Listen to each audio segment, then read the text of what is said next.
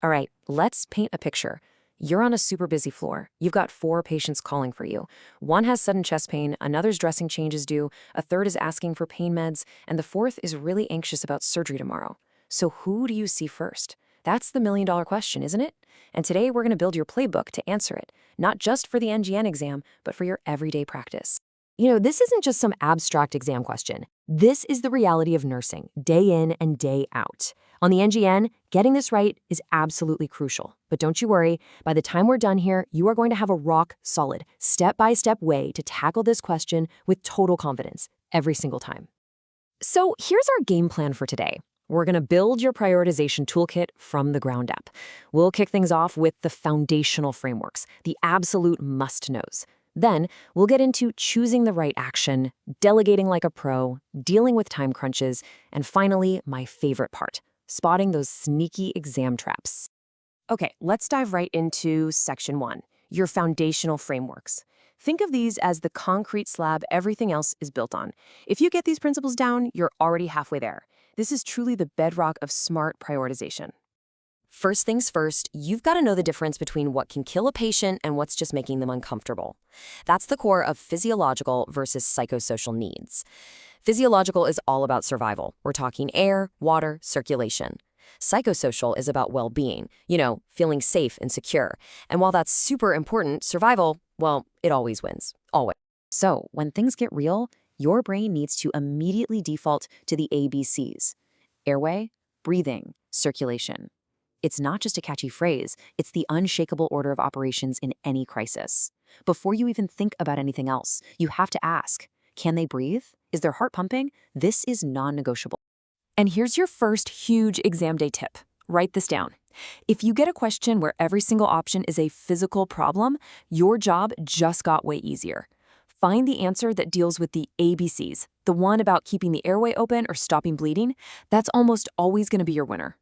Okay, but what if it's not so simple?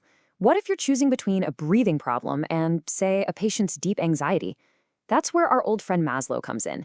His hierarchy is the perfect tool for this. It just reminds us, in a very clear way, that you can't worry about feeling safe if you can't even breathe. And here's how you use Maslow to crush the exam. As you're reading the options, actively hunt for the one that fixes a basic survival need. If you spot one, like an answer about oxygen, you can pretty much ignore the options about feelings or education. It's a fantastic way to quickly narrow down your choices. Great. So now you know how to sort the big stuff from the smaller stuff. But what happens when you have 2 patients and they both have big physical problems?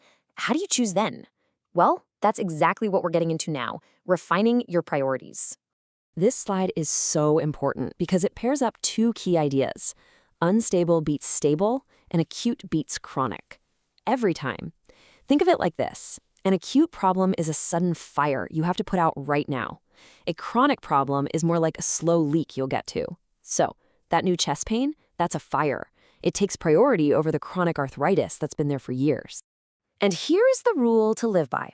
On the exam, you need to become a detective looking for keywords. When you see phrases like new onset, sudden, or unrelieved, a big red flag should go up in your mind. Those words are screaming instability and telling you exactly where to go first. Okay, so what if you've picked your patient, and now you have a few good options for what to do next? This is where the least restrictive or least invasive principle comes into play. The goal is simple. Fix the problem with the smallest, safest possible action. You wouldn't put a patient in restraints when just talking to them could work, right? Same idea. Let's make this super practical for the exam. Say you have a patient struggling to breathe. One option is reposition the patient, and another is prepare for intubation. You always try to simple thing first. Just move them around, see if that helps. The rule is simple. Start easy and only get more invasive if you absolutely have to. Let's talk delegation. Because being a great nurse isn't just about what you can do. It's about what you can empower your team to do safely. This is a massive part of the job, and you can bet it's going to be all over the NGNN. If you remember one thing from this section, make it this. This is the golden rule. You cannot, under any circumstances, delegate nursing judgment. That means anything that involves assessment, teaching, or evaluation, I call it ATE, has to be done by the RN, period. So who does what? Let's break it down. Your UAPs or techs are amazing for routine tasks on your stable patients. Think vitals, transport, that kind of thing. Your LPNs can do more, like give some meds and collect data. But the RN, you're responsible for the big picture, the most complex patients, and anything that requires that critical nursing judgment. So here's your mental safety check. Before you ask someone to do something, you have to ask yourself 2 quick questions. 1, is this patient stable? And 2, does this task involve assessment, teaching, or evaluation? If the patient is unstable, or the answer to that second question is yes, then that task stays with you. Sometimes prioritization isn't about severity, it's about the clock. Some things just can't wait.